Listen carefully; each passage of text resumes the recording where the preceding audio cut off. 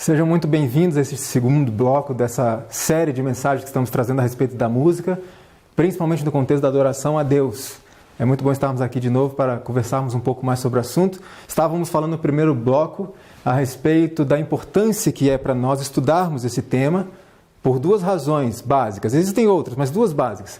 Primeiro, porque a música não é neutra, ela nos afeta de alguma forma, tanto física, emocional, quanto espiritualmente. Segundo, porque estamos lidando com um inimigo especializado na área e que odeia o povo de Deus. Então, se ele é um grande músico e inimigo do povo de Deus, temos que entender que ele vai usar a música contra o povo de Deus. Nós falamos também um pouco a respeito do rock and roll. O que é, de onde vem isso, qual a pregação dos roqueiros, o que eles falam sobre este ritmo musical. E depois terminamos falando um pouco sobre o gospel, que é trazer essa música popular para dentro da igreja como uma letra religiosa, e vimos por que Deus não pode aceitar isso como método evangelístico de louvor ou adoração a Ele. Nesse segundo bloco, vamos falar um pouco sobre música e reforma. E eu pergunto, é necessária uma reforma na música da igreja hoje? Eu creio que sim. E nós vamos ver alguns elementos para os quais precisamos atentar. Veja, quando a gente pergunta assim sobre a música que agrada a Deus, a pergunta central é possível saber a música que agrada a Deus, o que Ele aceita, o que Ele não aceita? Alguém pode dizer sim, é possível. E alguém pode questionar, como é possível? Você já esteve no céu para ouvir a música que se pratica lá? Você conhece, sabe como é? E muitas pessoas já me perguntaram isso. Como eu posso saber a música que agrada a Deus? Veja, nós aqui nunca estivemos no céu. Mas uma pessoa em visão esteve lá. Nossa profetisa Ellen White. E ela ouviu a música do céu e descreveu a música do céu. Não apenas isso, mas também temos princípios na palavra de Deus e no próprio Espírito de Profecia que nos dão instruções a respeito daquilo que agrada a Deus em várias áreas, inclusive em relação à área da música. Agora veja que interessante, nenhum de nós nunca esteve no céu. Mas preste atenção nesse texto aqui. Podemos aprender o assunto dos louvores e ações de graças do coro celestial em redor do trono. A comunhão do céu começa na terra. Aqui aprendemos a nota tônica do seu louvor. Então veja, é aqui que a gente aprende. A música do céu. Olha esse segundo texto. Devemos esforçar-nos em nossos cânticos de louvor por nos aproximar tanto quanto possível da harmonia dos coros celestiais. Ué, mas a gente nunca esteve no céu? Como é que a gente vai saber como é que é isso? Será que Deus é incoerente? Se Ele deseja que aprendamos a música do céu aqui na terra, Ele não teria revelado algo sobre essa música para nós? Olha esse terceiro texto que apresenta uma cena de quando os remidos estiverem no céu. Olha o que vai acontecer. O coro angélico emite uma nota de vitória e os anjos nas duas colunas tomam o cântico. E a multidão dos remidos participam como se houvessem entoado o cântico na terra. E ela completa dizendo, e o haviam feito na realidade. Precisamos aprender a entoar aqui o cântico do céu. Então você se pergunta, se é aqui que temos que aprender como que é o cântico do céu, e aqui não trata apenas de elementos técnicos, de outros elementos mais, como que eu vou fazer isso? Como que eu vou fazer se eu nunca estive lá? É preciso que Deus tenha nos revelado algo sobre a música do céu para a gente poder aprender. Então existem algumas características, por exemplo, foi-me mostrada a ordem, a perfeita ordem do céu. O céu é um lugar de ordem. Então pense, em relação à música. A música no céu é tratada de forma ordeira, com ordem. Então como deve ser a música na terra? Ordeira. Deve ser trabalhada de forma ordeira. Agora pense. Quando nós vamos dirigir um louvor na igreja, qual é o momento de escolhermos os hinos do louvor? Em que momento nós escolhemos os hinos que usaremos para o louvor congregacional? É no momento do culto ou é antes de irmos para a igreja? Veja bem, a cena mais comum hoje é o quê? Vai começar o culto, o grupo de louvor está ali com o inário na mão. Qual hino? Qual hino? Qual vamos cantar? Esse não, esse a igreja não conhece, esse eu não conheço. Isso não é trabalhar de forma ordeira. Os hinos devem ser escolhidos antes de sair de casa e baseado em que critério que devemos escolher os hinos? Qual é o assunto da lição da escola sabatina? Se possível, qual é o tema do sermão? Porque a música ela tem um papel fundamental de fortalecer a mensagem que vai ser pregada. Não substituir, mas fortalecer. Então, o que vai acontecer lá? Vamos usar hinos para fortalecer isso. Veja que interessante que diz a palavra de Deus. Mas faça-se tudo com decência e com ordem. A pergunta é, tudo quer dizer o quê? Tudo. Absolutamente tudo tem que ser feito com decência e com ordem. A irmã White comenta o seguinte: às vezes é mais difícil disciplinar os cantores e mantê-los em forma ordeira do que desenvolver hábitos de oração. Me diga uma coisa, desenvolver uma vida de oração diária e contínua é uma tarefa fácil? É difícil para nós. É uma luta diária para nos mantermos ligados à videira, ligados a Cristo, em oração, estudo da palavra. A irmã White diz que é mais fácil você desenvolver um hábito de oração do que você manter cantores em forma ordeira, disciplinada. Então temos que atentar para isso. Tudo deve ser feito com ordem, com decência. Outra característica interessante da música do céu: todo o serviço deve ser efetuado com solenidade e reverência. E eu pergunto de novo, todo quer dizer todo, inclusive a música. Então fique a dica: se a música não evoca reverência, ela não serve. Não é a música do céu. Porque tudo deve ser feito com solenidade e reverência. Agora veja que interessante. Trazendo para questões um pouco mais técnicas. O cântico dos anjos não irrita os ouvidos. É macio, é melodioso e sem esforço físico. Eu pergunto já de antemão, existem informações para nós a respeito da música do céu ou não?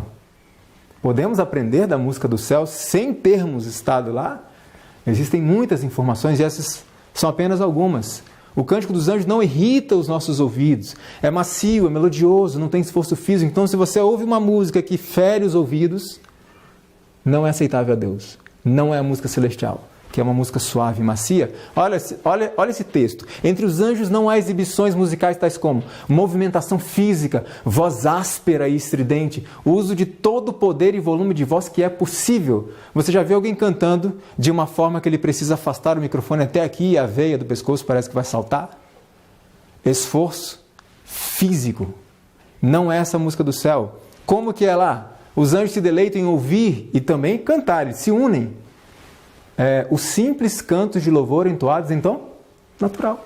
Tom natural, o seu tom, aquele dom que Deus te deu, o seu naipe, é esse que você deve usar para Deus. Agora veja,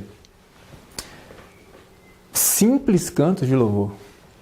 Se você estudar o tipo de profecia, você vai ver muito essa palavrinha, simples, simplicidade. Então, a nossa alimentação deve ser simples. O nosso vestuário deve ser simples. Nossos cultos devem ser simples. E a nossa música, simples. Por que simplicidade? Qual é a ideia da simplicidade? Imagine que eu te dei um presente e você abre esse presente, tira o embrulho e tem outro embrulho. E aí você tira aquele embrulho, aí tem outro embrulho. E você tira aquele e outro e assim sucessivamente. O que vai acontecer com você? Em determinado momento você já não está nem interessado mais no presente. Tanto embrulho. Então veja, por que simplicidade? Porque quanto mais embrulho, mais difícil vai ser chegar ao presente. Qual é o presente? É a mensagem, é a pregação. Então quanto mais embrulho em volta disso, mais difícil será para a mente chegar à mensagem que está sendo pregada. Por isso a simplicidade. O coro dos anjos não apresenta notas estridentes e gesticulações. Não é necessário. Por quê? Porque a movimentação física no cantar, de pouco proveito. Você não precisa ficar se mexendo, se balançando o tempo inteiro. Um gesto solene, não há problema nenhum, mas gesticulações. Às vezes parece que cada sílaba da música eu preciso fazer uma posição diferente. Não é necessário. Porque você não pode chamar atenção para si, para o seu corpo. Você tem que chamar atenção para o que você está dizendo ao cantar.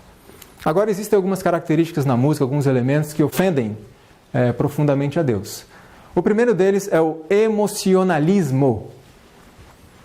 O que é isso? Veja que interessante. Hoje em dia, no nosso contexto, vamos dizer, cristão, do mundo cristão em geral, as pessoas não querem mais compreender a mensagem. Elas não querem mais compreender a Deus, não querem compreender o Espírito Santo. Elas querem sentir. É um culto sensorial. Eu tenho que sentir algo, sentir uma emoção. E é por isso que muitas vezes estamos muito alegres, muito empolgados no momento do louvor. E como estamos na hora da pregação? Quando a Bíblia é aberta. Distraídos, entrando, saindo, mexendo no celular, vendo alguma coisa. Por quê? Porque nós não queremos compreender a Deus, nós queremos senti-lo. Queremos uma emoção. É um culto sensorial. Veja que interessante o que este pastor Batista escreveu em seu livro. Um dos tristes efeitos do uso de boa parte da música cristã atual é o desenvolvimento de um apetite entre os crentes pelo que é sensacional.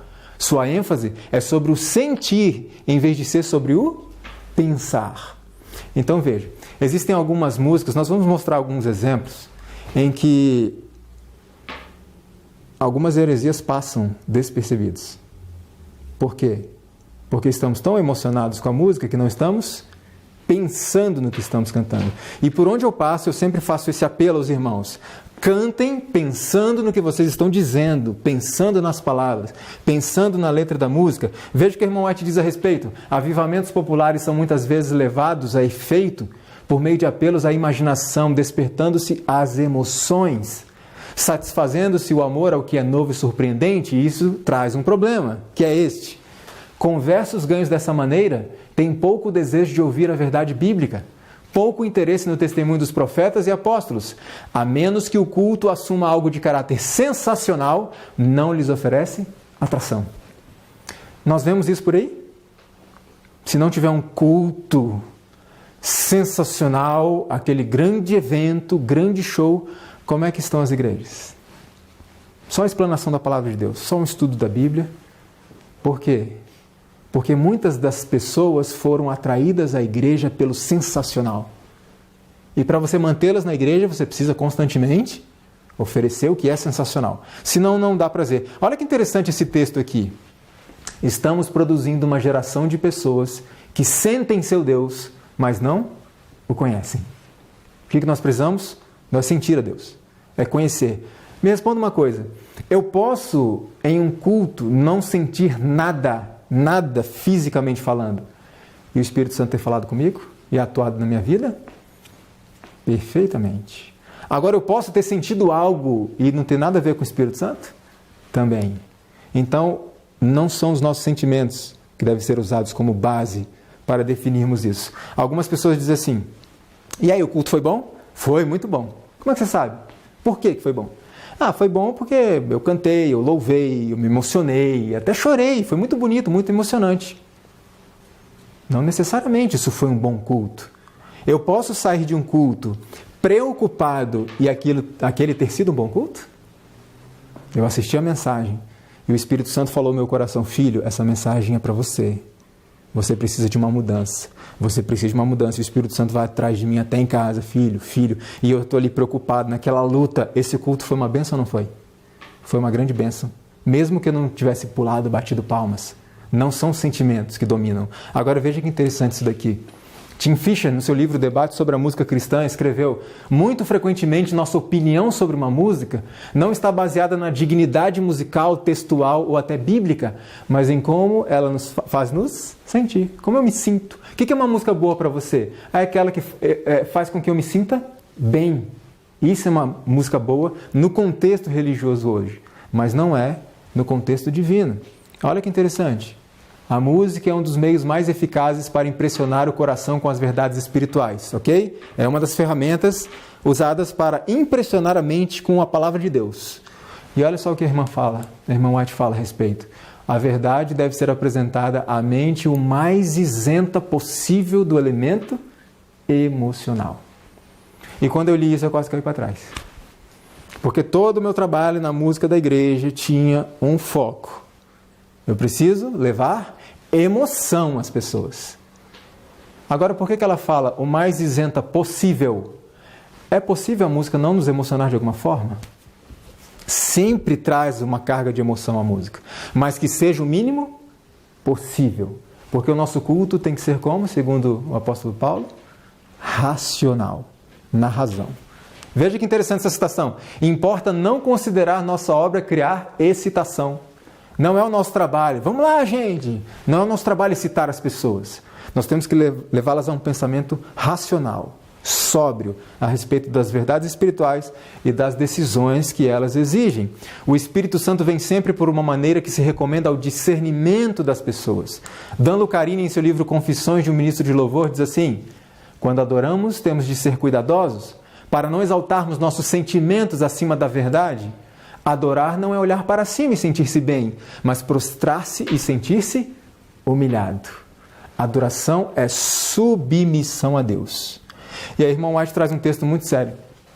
Não importa quais sejam os êxtases dos sentimentos religiosos, Jesus não pode habitar no coração que desrespeita a lei divina. Não importa se está emocionado, está tudo muito bonito, tudo muito emocionante. Se não estamos fazendo o trabalho como Deus determinou, não tem nenhum valor. Temos que fazer como Ele pediu. Ainda Tim Fisher, no seu livro, vamos nos empenhar em encontrar uma solução bíblica para o problema, ao invés de tentar dar a nós mesmos o quebra-galho do emocionalismo. Por que quebra-galho? Porque as emoções são enganosas e elas são passageiras. E em nossos cultos de adoração temos que levar as pessoas a decisões racionais e que sejam duradouras ao lado de Cristo. Não uma decisão que você toma no momento de impulso, no momento de emoção, de êxtase, e quando você vai para casa você nem lembra o compromisso que fez com Deus. E ai daquele que faz compromissos com Deus e não os cumpre. Emocionalismo. Outra característica da música, elemento que Deus não gosta, que o ofende. Músicas com vãs repetições, altamente repetitivas. Vocês já viram alguma música assim que tem uma frase só e fica repetindo 5 minutos a mesma frase? Eu vou dar um exemplo aqui para vocês entenderem. Preste atenção nessa música que vai tocar agora.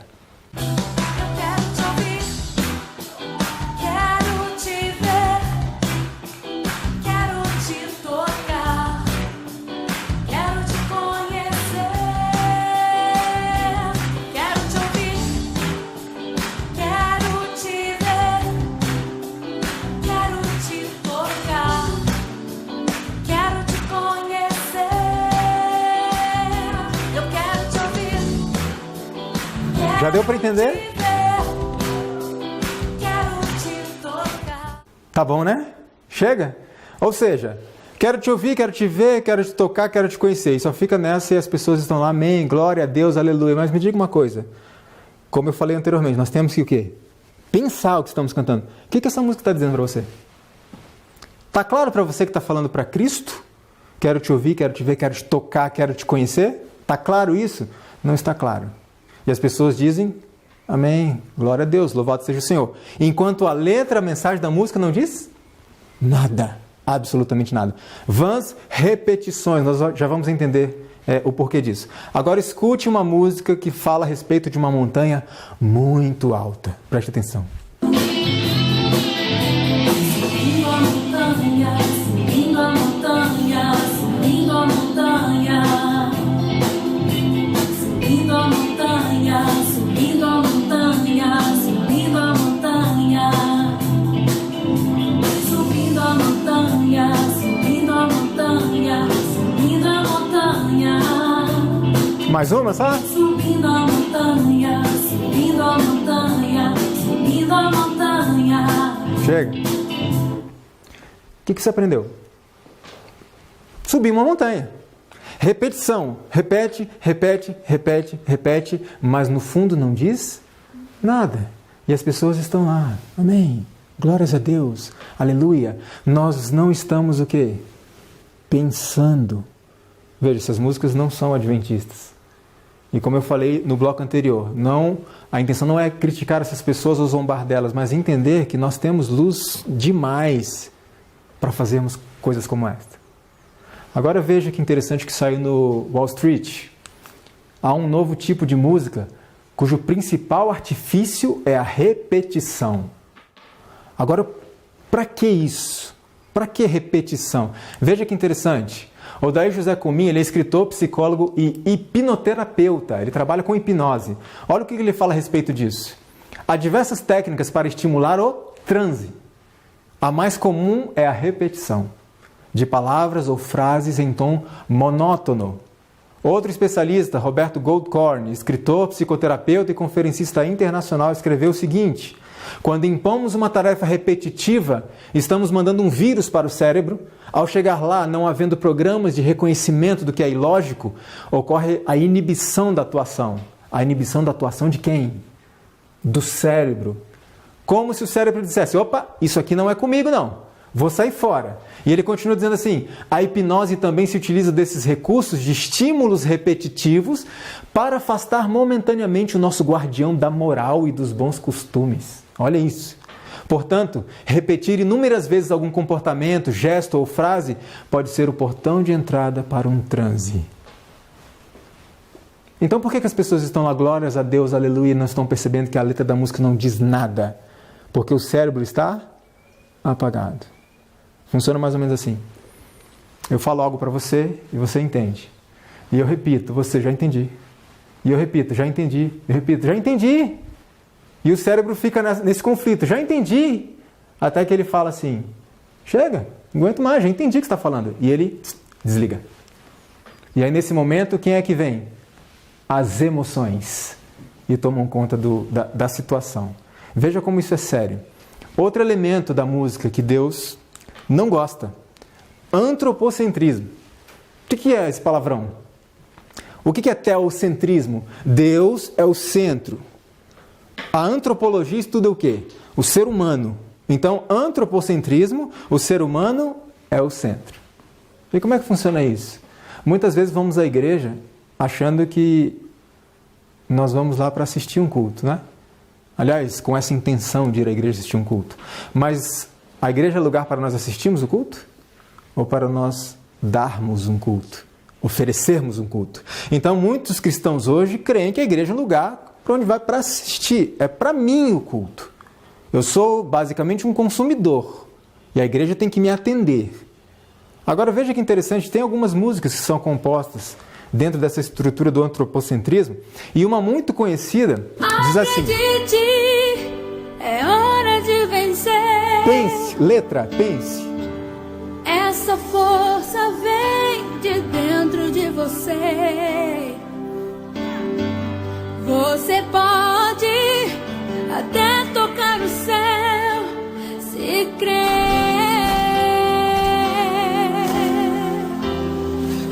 Concordam com ela?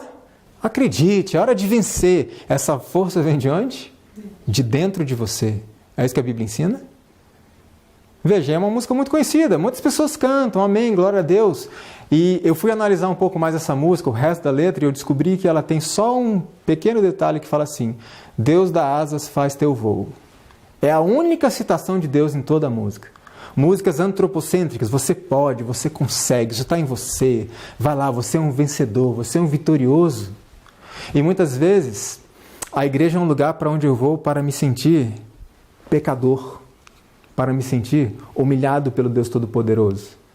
Porque um dos requisitos básicos para o Espírito Santo trabalhar na minha vida é o reconhecimento da minha condição, quem eu sou. E às vezes a igreja também cumpre esse papel de mostrar quem eu sou. Eu sou limitado, eu sou um pecador. E às vezes transformamos as coisas de forma que nos agrade. Olha que interessante isso daqui. A maioria das pessoas chega ao culto de adoração como se ele fosse inteiramente para o seu benefício, pensando que Deus não se interessa em receber algo deles. Deus não quer nada de nós. Ele quer dar muitas coisas para nós, sim, mas Ele não quer nada de nós, absolutamente nada. O pastor Ciro Sanches e Bordi, do portal Gospel Prime, ele disse assim: muitos cultos em nossos dias são reuniões para massagear egos, tendo como objetivo adular, elogiar e melhorar a autoestima dos crentes. Quando um crente é estimulado a só pensar em bênçãos, torna-se cada vez mais egocêntrico e individualista. Ele não frequenta as reuniões da igreja a fim de cultuar a Deus, e sim para satisfazer as suas necessidades. Nossas necessidades são satisfeitas nos cultos de adoração a Deus? Muitas delas sim, necessidades espirituais. Mas a essência do culto não é essa. A essência do culto é adorarmos e nos submetermos a Deus. Veja que interessante. Dentro desse contexto falamos muito a respeito de fé. O que é fé? Imagine que a minha mãe está em estado grave, num hospital, numa UTI, e eu falo com Deus assim: Senhor, cure a minha mãe. E aí eu tenho certeza que Deus vai curar a minha mãe. Certeza. Isso é fé? Não. O que é fé? Senhor, cure a minha mãe. É o que eu desejo. Mas se o Senhor curar ou não, eu continuo fiel. Isso é fé. Abraão foi conhecido como o pai da fé, diz o irmão White, porque ele era obediente. Ele era submisso a Deus. então nós recebemos bênçãos espirituais de Deus. Mas a essência da adoração é aquilo que nós fazemos em relação a Deus, em relação a quem Ele é e quem nós somos. Antropocentrismo, temos que ter muito cuidado com isso. Outro elemento da música, sensualidade e romantismo. Será que tem música romântica na igreja? Sensual? Veja que interessante. Preste atenção nessa música e veja se ela não tem um toque de sensualidade. Eu estou falando não apenas do instrumental em si, mas da própria voz da cantora. Preste atenção.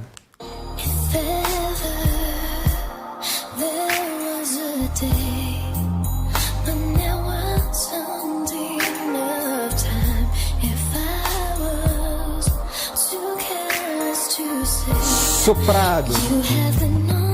Preste atenção agora.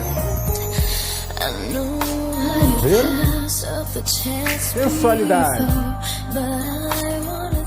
Ok, deu para entender.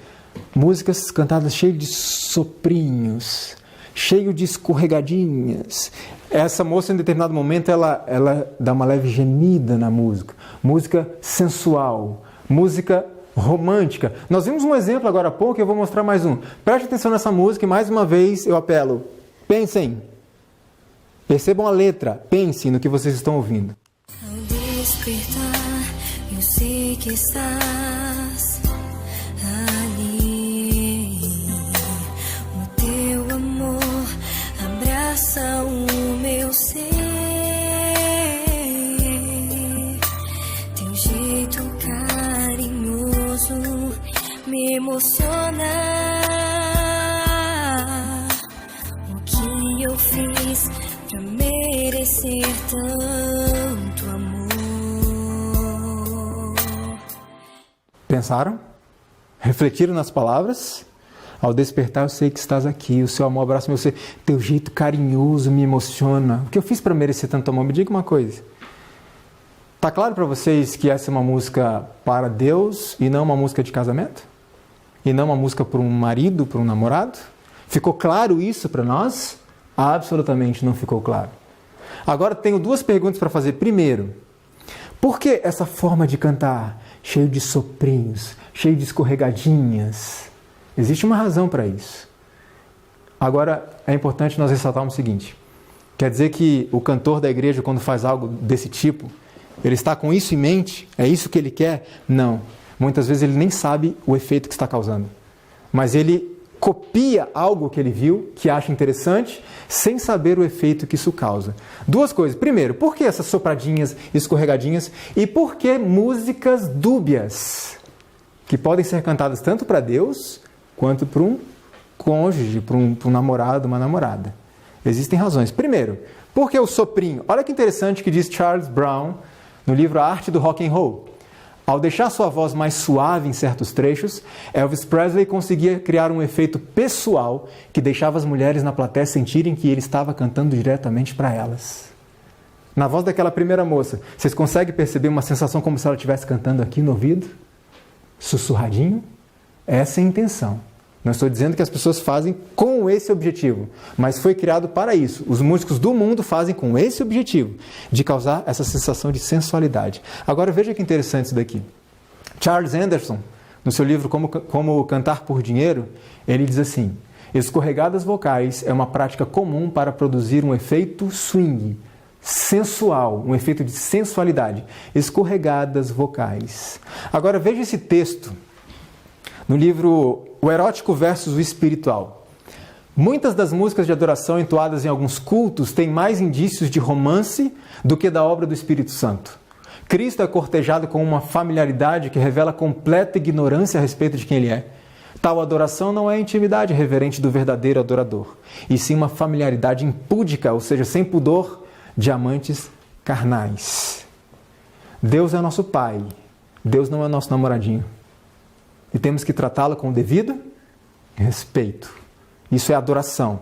Tratá-lo com respeito, reconhecendo quem Ele é e quem nós somos. Música sensual não agrada a Deus. Agora tem um outro detalhe, que eu chamei a atenção.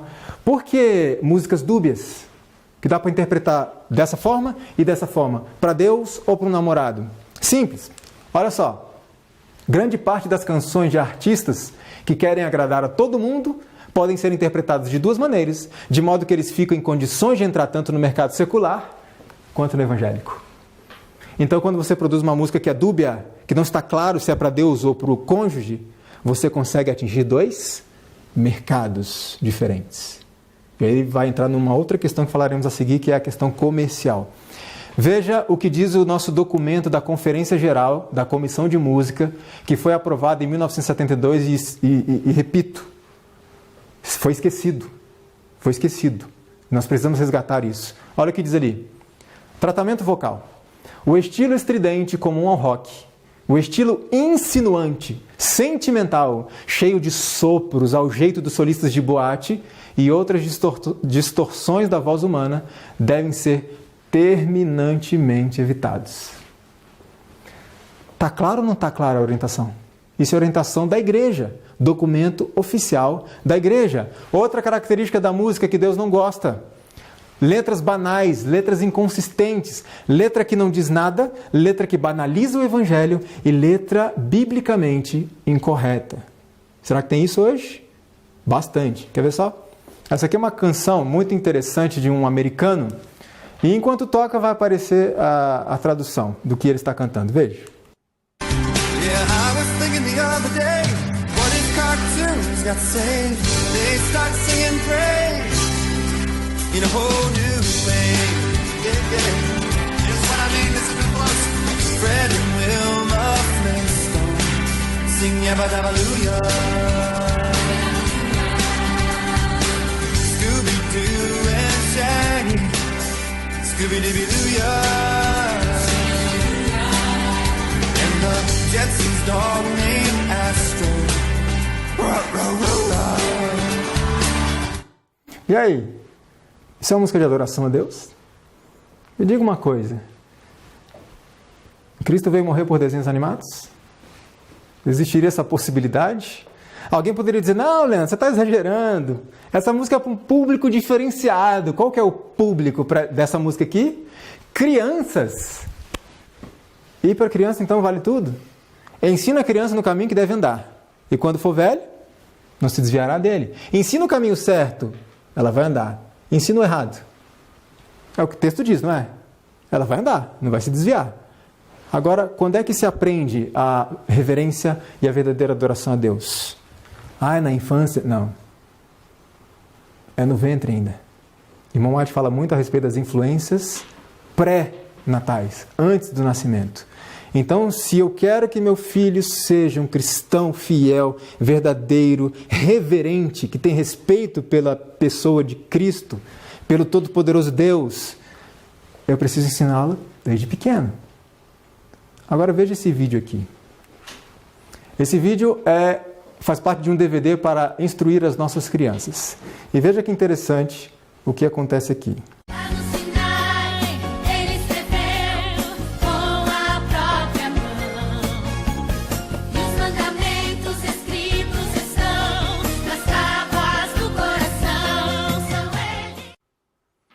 Vocês viram a imagem? Moisés, lá no Monte Sinai, recebendo a lei de Deus, dançando, requebrando, todo alegre, contente. Eu pergunto uma coisa, se isso tivesse acontecido verdadeiramente, qual seria o resultado na vida de Moisés? Agora pense o seguinte, Moisés foi ao monte, foi lá, fez aquela farra toda, segundo esse vídeo mostra. E aí quando ele desceu, e ele encontrou o povo fazendo o quê? Uma festa lá, em volta do bezerro de ouro. E aí ele vai e repreende Arão, repreende o povo, e aí eu imagino o povo respondendo, você está brigando com a gente por quê? Você estava lá em cima fazendo a mesma coisa? Sim ou não? Então, entenda uma coisa, como eu vou querer que uma criança se torne um membro de igreja, reverente, com respeito com as coisas de Deus, se ela foi educada dessa forma? Dessa forma. Então precisamos estar atentos. As crianças devem seguir os mesmos princípios que nós. Um dia um pai me perguntou, Leandro, mas o que eu vou apresentar de música para o meu filho? E eu disse a ele, os princípios são os mesmos, para as crianças e para os adultos. As crianças têm que ser ensinadas desde pequenas. Agora, você quer um diferencial? use música mais simples, que ela possa entender a mensagem de uma forma mais simples. Não precisa de música mais agitada, mais balançada. Música simples. Precisamos ensinar reverência às crianças desde pequenas. Outra música que vem falando a respeito de... dentro desse contexto, né, que estamos analisando a respeito das letras vãs, banais e muitas delas inconsistentes com a Bíblia, está essa música aqui chamada Jerusalém, e eu vou enfatizar o que eu já disse algumas vezes. Não estamos falando de pessoas, estamos analisando música. Então, ouça essa música, veja a letra e pense. Veja se essa letra tem algo inconsistente com a palavra de Deus. Preste atenção. Eu quero subir, não ficar aqui, pois eu sei que muitos vão passar por tribulações. Alguém identificou algo nessa letra que não está em harmonia com o que diz a palavra de Deus? Veja, eu quero subir, não quero ficar aqui, pois eu sei que muitos vão passar por tribulações. Espera aí. Quantos irão para o céu sem passar por tribulações? Ninguém. Todos passaremos por tribulações antes de Cristo nos buscar. Então, que ideia que apresenta essa letra? Alguém que quer subir antes das tribulações. Ou seja, é uma letra que não tem embasamento bíblico. Aparentemente, doutrina do arrebatamento secreto? Aparentemente, sim. Agora, não estou dizendo que o compositor, o intérprete, ele tinha más intenções, querem divulgar heresias. Não, o que eu estou querendo chamar a atenção de vocês é o seguinte: nós não estamos pensando no que estamos fazendo, no que estamos escrevendo. Veja que interessante o que o documento oficial da igreja diz a respeito da mensagem da música. Deve ter uma letra com valor literário e teológico consistente. Não usa letras levianas, vagas e sentimentais que apelam somente às emoções ou que não contêm nenhuma mensagem. Veja que exortação importante de Tim Fisher. Tanto pastores quanto congregações precisam batalhar ativamente pela pureza doutrinária na letra, na pregação e na música. E a palavra de Deus reforça essa ideia quando diz assim: cantai louvores com inteligência. E tem um texto muito conhecido do apóstolo Paulo que diz assim: rogo-vos, pois, irmãos, pela compaixão de Deus, que apresenteis os vossos corpos em sacrifício vivo, santo e agradável a Deus. E alguém para por aí e diz assim: aí, apresentar o meu corpo em sacrifício a Deus. Como é que eu apresento o corpo? Eu vou dançar, eu vou pular, eu estou apresentando o meu corpo em sacrifício a Deus. Mas se nós perguntássemos para Paulo, o que é apresentar o corpo a Deus como sacrifício vivo, santo e agradável? Ele responderia: é o vosso culto racional. É assim que se apresenta o corpo a Deus, culto racional. Outra característica na música, o elemento que Deus não gosta é o egocentrismo. Veja, quantos empregam esse dom para exaltar o eu, em vez de usá-lo para glorificar a Deus? O documento oficial da igreja, Filosofia Adventista em relação à música, diz assim: em relação ao músico, ele precisa construir em todas as suas atividades a visão de ministro e não de artista. Não destaca sua imagem pessoal, mas a mensagem que necessita transmitir.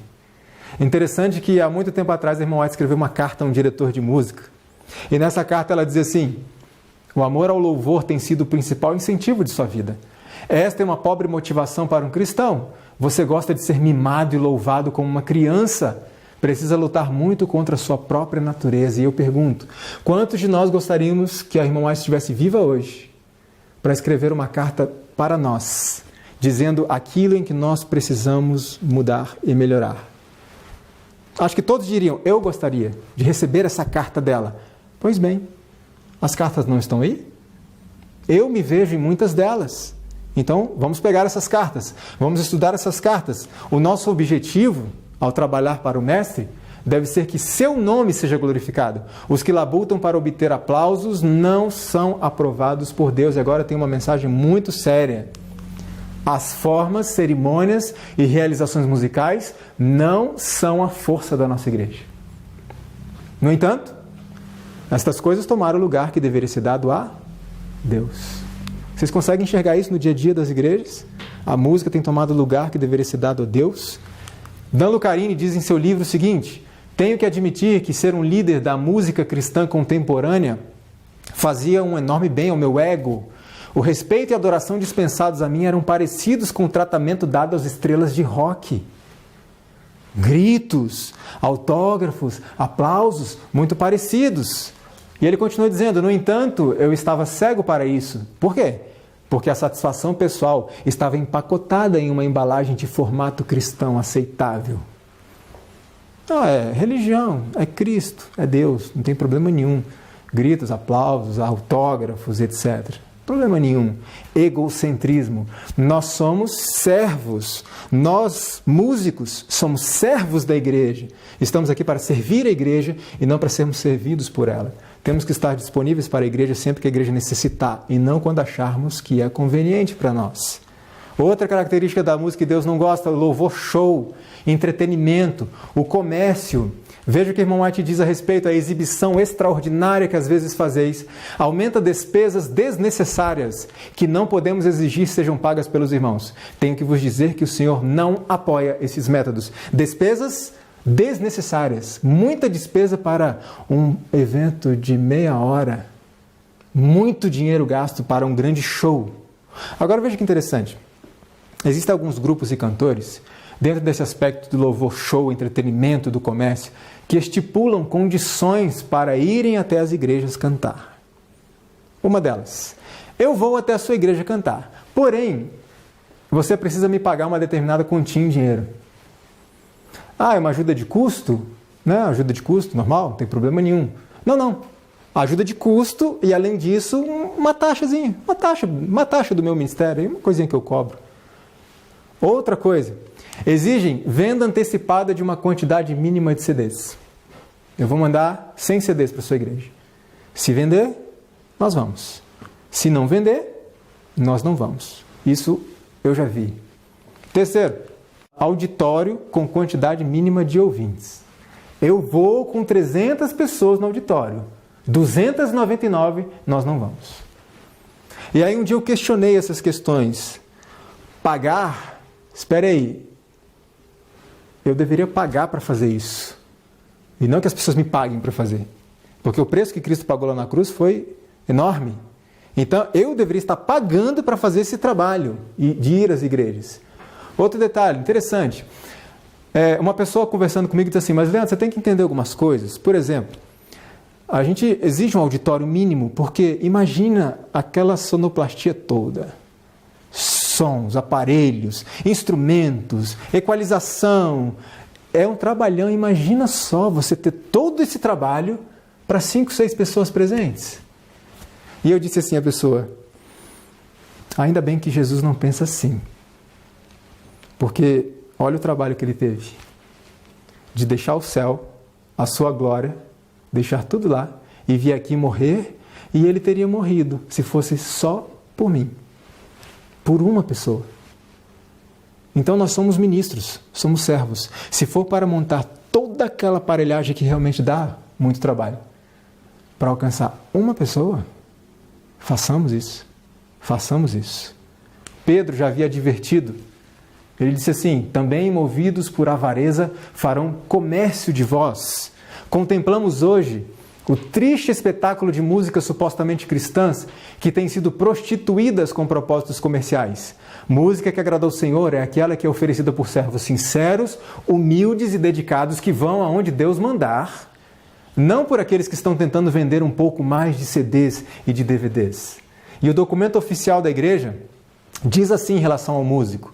O músico adventista respeita o ambiente da igreja e as horas do sábado ao vender seus materiais. Não vejo problema em um músico vender seus materiais lá fora, desde que não faça isso nas horas do sábado, desde que não o promova nas horas do sábado, desde que não imponha a venda de CDs como requisito para aceitar ir à igreja cantar e ministrar o louvor. Temos que estar atentos a essas circunstâncias. Louvor comercial não agrada ao Senhor. Veja que interessante, acho que todo mundo conhece esse rapaz aqui, Michael Smith. Ele deu uma entrevista em que ele disse assim, eu sei que se eu for muito explícito acerca de meu cristianismo e falar sobre Jesus, não serei bem sucedido na música popular. Mas puxa, eu não sou evangelista, eu sou um cantor. E infelizmente muitos de nós dentro da igreja nos consideramos cantores. E nós não somos meramente cantores, nós somos evangelistas, missionários que levam a mensagem de salvação através da música. Spurgeon escreveu certa vez: o fato é que muitos gostariam de unir igreja e palco, baralho e oração, danças e ordenanças. Quando a antiga fé desaparece e o entusiasmo pelo evangelho é extinto, não é surpresa que as pessoas busquem outras coisas que lhes tragam satisfação. Na falta de pão, se alimentam com cinzas, rejeitando o caminho do Senhor, seguem avidamente pelo caminho da tolice. O culto tem que ser mais animado, tem que ter mais alegria. Essa alegria, eu creio que será natural quando nós tivermos uma experiência com Cristo. E essa alegria será natural para nós. Agora veja que interessante esta citação. É profundamente lamentável que muitos autores da música cristã atual não saibam teologia suficiente para encher um dedal. Olha só.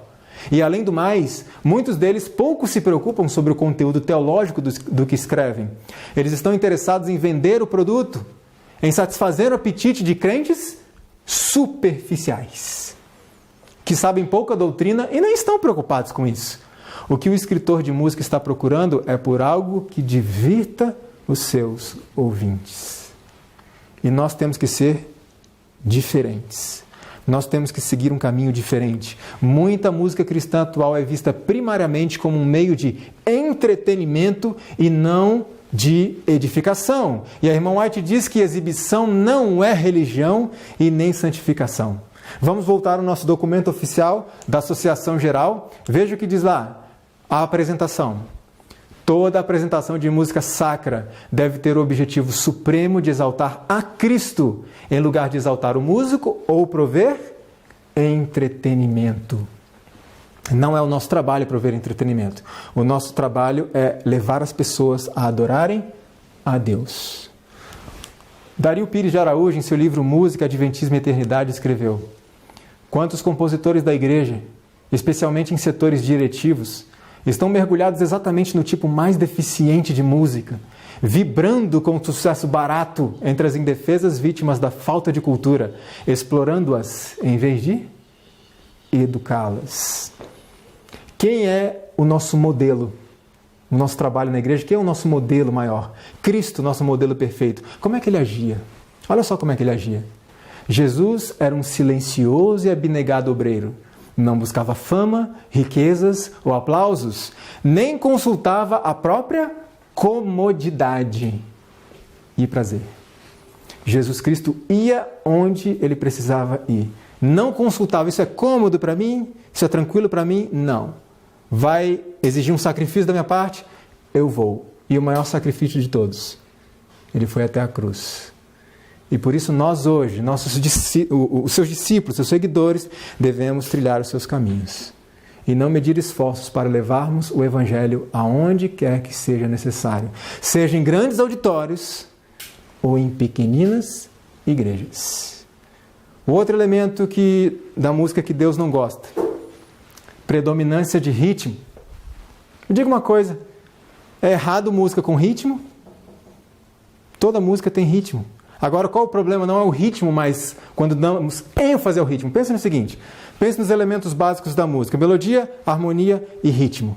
Satanás conseguiu trazer uma contrafação em cada um desses itens, mas ele entendia uma coisa: o ritmo é aquilo que apela mais ao nosso corpo, mas ele entende que o nosso culto a Deus tem que ser mais na mente, racional. Então, dentro dos três elementos, qual seria o que Satanás iria trabalhar mais? Iria dar maior ênfase? Seria no ritmo. Porque o ritmo vai dar uma ênfase maior ao corpo e menor à mente. Agora veja que interessante. Como é que a gente identifica que uma música é samba, é pagode? Como é que a gente identifica isso? O que muda na música? É o ritmo. E nós vamos ver um exemplo simples aqui agora. Um rapaz vai tocar o violão, ele vai usar o mesmo acorde e só vai mudar o ritmo, a forma como ele toca o ritmo da música. Vamos ver. É através do ritmo que a gente consegue distinguir um estilo musical. Quer ver uma coisa? Olha só o que eu posso tirar dentro de um único acorde com várias probabilidades rítmicas. Eu tenho aqui propriedades rítmicas de rock,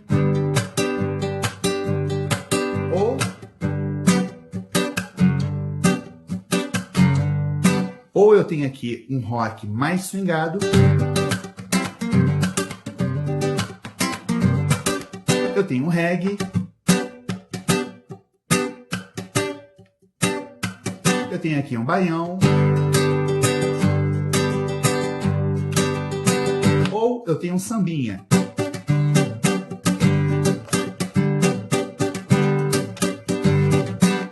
Esse é o poder do ritmo, né? Ele é muito importante. Perceberam então? Ele usou o mesmo acorde e só mudou o ritmo.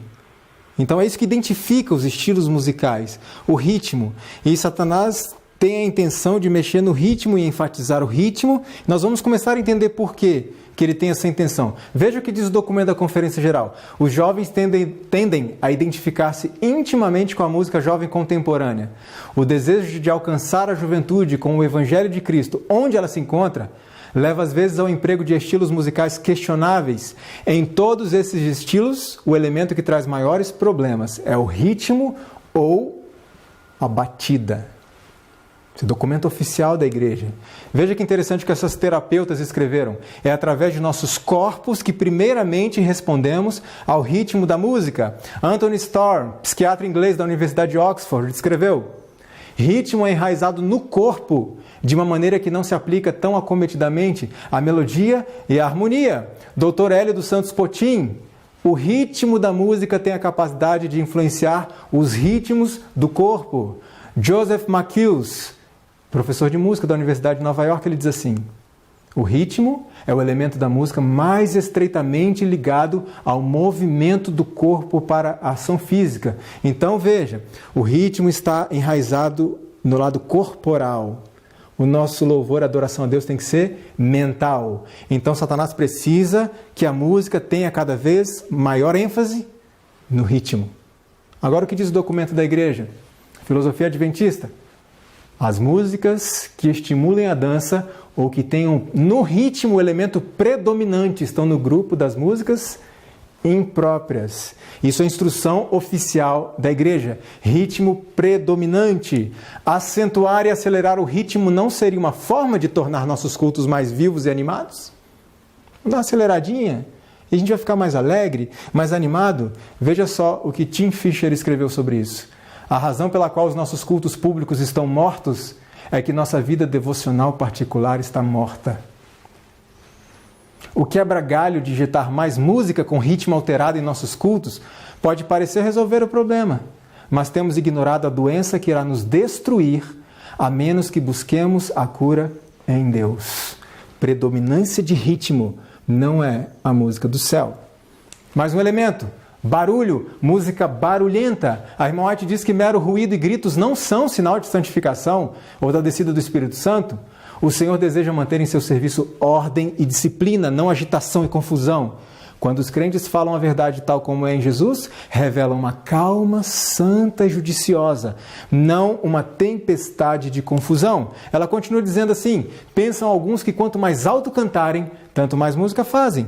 Barulho, porém, não é música. O bom canto é como a música dos pássaros, dominado e melodioso. Agora veja que interessante esse comentário de Robert Jourdain no seu livro Música, Cérebro e Êxtase.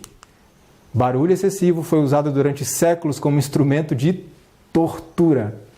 E a Convenção de Genebra, que criou vários tratados internacionais para reduzir os efeitos das guerras sobre a população civil, o proibiu. Proibiu o barulho para amenizar os efeitos da guerra, onde era usado como instrumento de tortura. Algumas orientações práticas e diretas. Se os músicos da igreja não têm comunhão diária com Deus, então não podem edificar a igreja, pois não estão ligados à fonte. E Cristo disse que sem mim, nada podeis fazer. A música é aceitável, só é aceitável a Deus quando o coração é consagrado e santificado. Eu não sei se você já ouviu uma expressão assim: eu sou levita. Eu sou um levita. A gente ouve muito por aí.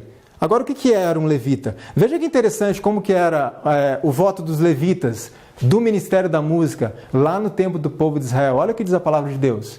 E os cantores, todos que se tinham separado dos povos das terras para a lei de Deus, todos que tinham conhecimento e entendimento, fizeram um juramento de que andariam na lei de Deus e de que guardariam e cumpririam todos os mandamentos do Senhor e os seus juízos e os seus estatutos. Olha aí. É um levita? Isso aqui é um levita. É assim que se portavam os levitas lá do passado. da área de música do templo. O documento Filosofia Adventista em relação à música diz assim em relação ao músico. O músico adventista deve cultivar uma vida devocional à altura de um cristão autêntico, baseado na prática regular da oração e da leitura da Bíblia, porque Cristo disse, e eu repito, sem mim, nada podeis fazer. E nós precisamos edificar a igreja, e para isso precisamos estar ligados à fonte. Se a escolha da música está baseada na cultura, na tradição, no gosto pessoal ou no que agrada as pessoas, então é dirigida à criatura e não ao Criador. A cultura é fruto da criatura. O princípio é do Criador. Quando a cultura se sobrepõe ao princípio, adoramos a criatura e não o Criador. Deus aceita a cultura? Sim. Até o limite que ela não extrapole e não fira os princípios. Pense no seguinte. Se você conhece uma tribo de canibais e eles têm uma dieta, certo? Quando o evangelho atinge essas pessoas, como você espera que seja a dieta deles? A mesma? Porque é da cultura deles. A mesma coisa em relação à música. Você tem uma dieta musical, quando você conhece o evangelho, como você espera que seja a sua dieta? Transformada. Porque a igreja é um instrumento nas mãos de Deus para a transformação da cultura da terra e não para ser transformada por ela. Isso precisa ficar muito claro para nós. E o que o documento oficial da igreja diz a respeito? Em relação à música, diz assim: a música adventista não se deixa guiar apenas pelo gosto e experiência pessoal. Os hábitos e a cultura não são guias suficientes na escolha da música. Isso é a instrução oficial da igreja, que está aí já há bastante tempo. Veja essa outra aqui. Produções musicais da igreja. Diz assim: as músicas apresentadas nas rádios e TV de propriedade da igreja devem receber atenção especial e também refletir os valores apresentados neste documento. Elas possuem influência destacada, formam a cultura musical da igreja e se tornam uma referência musical da igreja para os ouvintes e telespectadores. Espera aí, aqui diz que forma a cultura musical da igreja. Muitas vezes, não é que uma cultura gera determinada música. Às vezes, um tipo de música forma determinada cultura. E nós precisamos estar atentos a isso. O documento da Associação Geral diz assim: a igreja e a associação locais devem esforçar-se para eliminar deficiências culturais. Porque a nossa cidade é lá no céu. A nossa cultura é celestial. É essa que nós precisamos buscar. Para esse fim, os elementos treinados em música devem liderar os ensaios e atividades musicais de modo a promover os sublimes ideais de adoração.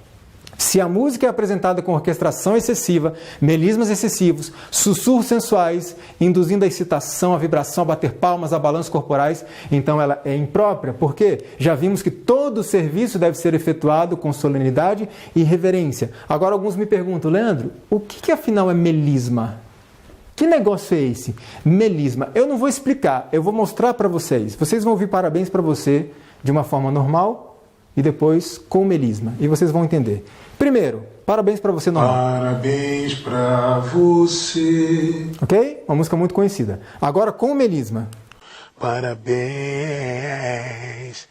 para você.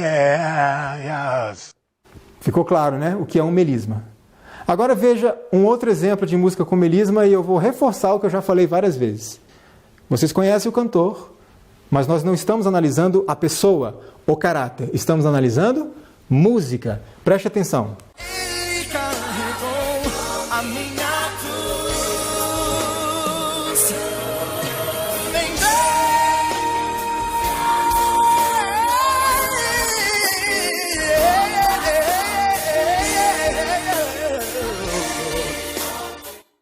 Conseguiram captar? Veja, eu não estou dizendo que o melisma é um problema em si, mas ele pode ser usado de forma excessiva, o que tira a sua atenção da mensagem que está sendo transmitida e passa a sua atenção para o cantor, para a técnica vocal do cantor. Veja que interessante, Charles Anderson, no seu livro Como Cantar por Dinheiro, diz assim: o cantor treinado classicamente tem um respeito arraigado a qualquer melodia escrita e hesita em alterá-la. O swinger nato, aquele que busca a sensualidade na música, olha para a melodia escrita como simplesmente um ponto de partida conveniente para suas variações. Repito o que eu já falei. Não estou dizendo que as pessoas que usam o melisma excessivamente têm na mente eu quero tornar a música sensual. Muitos não sabem disso. Mas esse é o efeito buscado pelos cantores lá do mundo. Agora veja que interessante. A música deixa de fazer sentido para os nossos cérebros quando contém muitos deslizamentos, com os sons a bambolearem para cima e para baixo, sem começos nem fim óbvios, para as notas individuais. Não existe estrutura a ser entendida. E aí desvia completamente a atenção da mensagem para a técnica. Outra instrução simples e direta. Se os músicos têm um espírito de competição, então o ministério não terá efeito no sentido espiritual. Existe espírito de competição entre os músicos hoje? Bastante, bastante. Veja que interessante. Muitos querem fazer as coisas à sua maneira. Não concordam com deliberações e são impacientes sobre a liderança de alguém. Vem cá, meu amigo, você tem esse pensamento sobre música? O meu é diferente. Vamos deliberar, vamos conversar como cristãos, amigavelmente, vamos tentar chegar a um senso comum. É muito raro as pessoas se proporem a isso, a conversar. Não concordo com deliberações, não concordo, não quero nem conversar sobre isso. E são impacientes sob a liderança de alguém. Outra instrução, se um músico imita outro artista, incluindo um mundano, ou executa no estilo que não é próprio para o seu tipo de voz ou nível de habilidade, então a apresentação será artificial e, portanto, imprópria. Esse pastor batista escreveu o seguinte: animadores crentes professos copiam os maneirismos de seus similares seculares, balançando, gingando, gritando nos microfones e geralmente apresentando a si próprios como imitações baratas dos artistas ímpios. Outra instrução do Espírito e Profecia para nós: não contrateis musicistas descrentes se isto for possível evitar. Será que é possível evitar hoje? De repente lá atrás, como a igreja estava começando, era uma outra realidade, mas eu pergunto, hoje, nós precisamos de músicos não adventistas? Ou nós temos todos os talentos que precisamos para a obra do Senhor? Veja que interessante. O que diz a palavra de Deus? Não cumpristes as prescrições a respeito das minhas coisas sagradas? Antes constituístes em vosso lugar estrangeiros para executarem um serviço no meu santuário. Veja, a gente não entende o que é o trabalho de um ministro. Quando eu estou à frente dirigindo o louvor, eu estou cumprindo dois papéis. Eu estou representando o povo diante de Deus, representando Deus diante do povo. Como é que eu posso colocar nessa função tão sagrada e solene uma pessoa que não aceita a nossa fé? Que não professa, não acredita, não aceita a nossa fé. E interessante porque o documento oficial da igreja fala alguma coisa sobre isso. Quais são as características do músico? Entre elas, o músico deve ser batizado em harmonia com os princípios da igreja e membro ativo de uma igreja local. Os músicos que participam de nossas produções devem ser músicos adventistas, batizados e ativos em suas respectivas igrejas. Isso é a instrução oficial da igreja. Outra instrução: dinheiro não deve ser usado para contratar cantores. Veja que instruções claras e muito diretas. A irmã White fala mais adiante que o canto congregacional também tem uma beleza que não há, de repente, num canto de solo, de dueto, de trio. Veja que interessante essa instrução. O canto não deve ser sempre feito por uns poucos. O mais frequentemente possível, una-se toda a congregação. Então as igrejas ficam preocupadas, principalmente as pequenininhas. Não consegui alguém para cantar no sábado, o que eu faço? Canta com a congregação. O cantor não chegou, está dando a hora, ele não chega, não tem problema. Canta com a congregação. Deus ele não se opõe a um solo, um trio, um dueto, um quarteto, um conjunto, de forma nenhuma. Agora, qual seria a preferência dele? Você quer ver só? Vamos entrar na mente dele de novo, igual a gente fez anteriormente? Olha só. Imagina que hoje é o seu aniversário e você tem 10 filhos.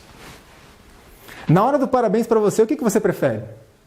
Todos os 10 filhos cantando juntos em sua homenagem, ou um filho cantando um belíssimo solo do parabéns para você?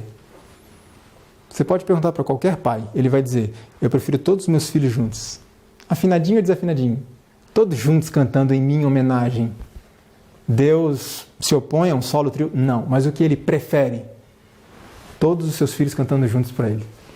Então nós precisamos valorizar mais o canto congregacional. Não precisamos nos preocupar, não tem mensagem musical especial, não vai ter solo, dueto. Não tem problema. Cante com a congregação. Veja o que diz o documento da igreja. O envolvimento da igreja. O louvor congregacional não deve ser utilizado para preencher espaços vagos ou ocupar a congregação antes do início de alguma programação. Deve estar inserido dentro de qualquer culto ou programa. Em que momento? Em momento nobre, valorizando a sua importância.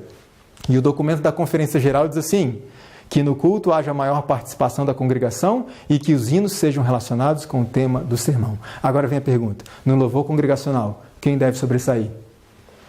A congregação. Isso é evidente? Então pense comigo. Muitas vezes vemos por aí grupos de louvor, ok? Não há problema nenhum, um grupo de louvor, mas cantando num volume tão alto que você não escuta quem? A própria congregação. A pessoa que está cantando ao seu lado. Muitas vezes os instrumentos estão tão altos que você não escuta a própria congregação. E o louvor congregacional significa que tem que sobressair a congregação. Ela, é o momento dela. O ato de cantar é tanto uma adoração a Deus como o ato de pregar. Por isso deve ser levado a sério, tanto quanto é levado a sério a pregação. Para nós concluirmos, esse texto é de suma importância para nós refletirmos um pouco.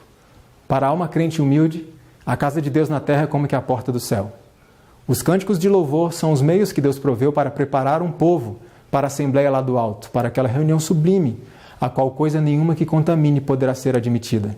Da santidade atribuída ao santuário terrestre, os cristãos devem aprender como considerar o lugar onde o Senhor se propõe encontrar-se com o seu povo. Estamos aqui no ensaio para o culto do céu. E precisamos treinar para isso. E aí alguém vem e me diz assim: Leandro, mas o show é importante para atrair as pessoas a Jesus. Precisamos desses elementos que atraem, que as pessoas gostam. Isso é importante para atrair as pessoas a Jesus. E eu pergunto assim: as pessoas são atraídas a Jesus ou ao show? Vamos refletir nisso? Pense num culto de quarta-feira à noite, normal. Culto de oração normal. Como é que estamos? Cheios ou vazios? Agora pense na mesma quarta-feira à noite. Participação de músicos famosos, grande evento, vou agravar a situação. Chovendo. E frio. Pergunto: como está a nossa igreja? Cheia. Outro, sábado à tarde, um culto JA normal, com exposição da palavra de Deus, um debate de um tema espiritual e etc. Como está a igreja? Vazia. Agora, o mesmo JA, uma cantata com encenação, grandes cantores famosos, a igreja enche. Pense no acampamento que tem um custo, você tem que pagar. Todo mundo quer ir. Agora, e o trabalho missionário que é de graça? E que salva almas? Quantos querem ir? Muitos vão praticamente sozinhos. Então eu pergunto de novo: é a Jesus que estamos sendo atraídos? É a Jesus que estamos sendo atraídos?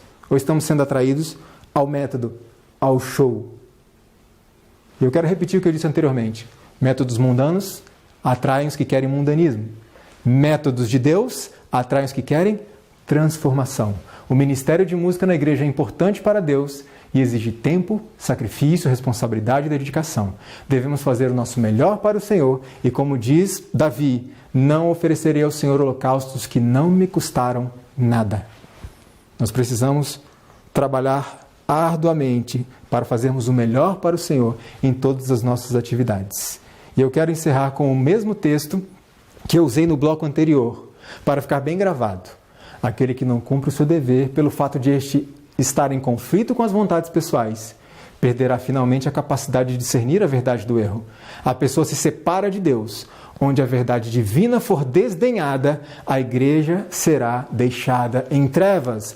Ou somos cristãos decididos de todo o coração, ou não somos nada. Se as igrejas esperam ter poder, terão que fazer o quê? Pôr em prática a verdade que Deus lhes deu.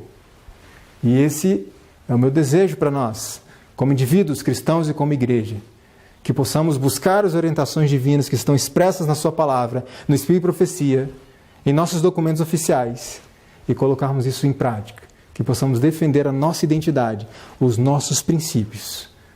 Nós nos veremos no próximo bloco, o último deles, e vamos falar um pouco a respeito do uso da bateria no louvor. Vamos trazer algumas informações a respeito deste assunto, algumas implicações envolvidas nisso, para que cada um de nós possamos tomar a nossa decisão por nós mesmos. Que o Senhor nos abençoe. Amém.